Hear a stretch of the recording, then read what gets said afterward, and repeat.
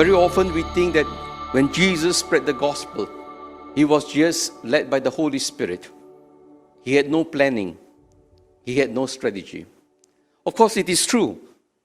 Evangelization and mission ultimately is the work of the Holy Spirit. But the Holy Spirit will work with us according to the talents and knowledge he has given to us.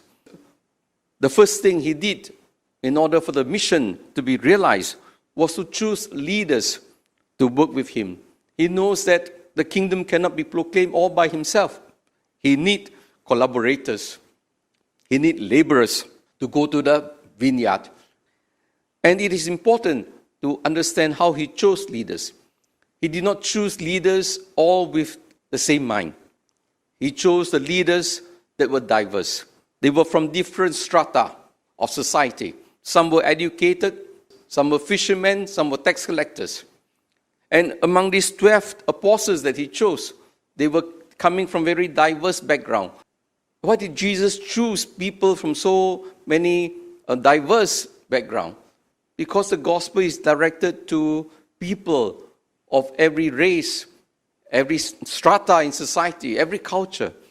We need to have a more global view of life. And so Jesus precisely chose diverse people in order that the mission could be effective and not just people of the same category. He chose people who were receptive, who were docile. That's the first thing, choosing the right leaders to collaborate with us. And secondly, Jesus empowered them. It is important. If leaders are not empowered, again, we cannot do the work. Sometimes we appoint leaders, but the one on top is still making all the decisions. They want to micromanage the situation. It is important that if our leaders were to be respected, they need to be given authority, and the authority also must be respected. There is always the danger that sometimes those who are in charge want to overrule those who are under them. It's very important, therefore, that our leaders must be properly empowered to do their job.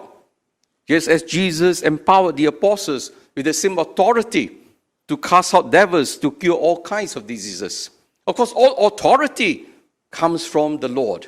And so too, we are all having delegated authority. And it's very important.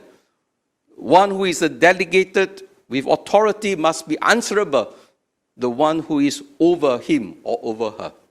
No authority is absolute. And therefore, it's very important that all leaders must have a sense of accountability, not just to those people under their charge, but to those who are in charge of them. That's the second thing. Third thing, we are told that Jesus was realistic in his approach. He told the disciples, do not go to the pagan territory. Do not enter any Samaritan town. Why did he do that? Instead, go to the lost sheep of the house of Israel.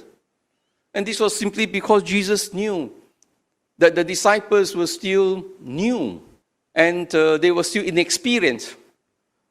To be sent out to beyond Palestine, they will make a mess of everything. They have to start small. They have to start at the very beginning. Sometimes that's the whole problem with many people. We have big plans. We want to do everything. It will be a failure. It's very important that we remain focused, do what we can do, and slowly grow our mission. It takes years to build up. And so we need to be patient. There are some of us, we take on too many responsibilities. We take on projects that are beyond our capability. And that is why projects fail, because we are doing too many things at one time. And so Jesus told the disciples, be focused. Start where they were. When they receive the Holy Spirit, then they will start moving out, step by step. And the final thing we can learn from Jesus is this. The best way to form leaders is to send them out. There are some people who are always going for training all the time, going for formation. The best way to form a person is to send them out for practice. It is in the practice that we learn. And that's why Jesus sent them out. Go and experience the mission yourself. Not just to observe Jesus performing miracles and teaching. Observation is important, but a time will come, they must be sent out to do the work. It is only when they gain experience, then they will learn. And that is why learning is an ongoing process. We never stop learning, even as leaders. So, my dear brothers and sisters, to undertake this mission, we need to strategize.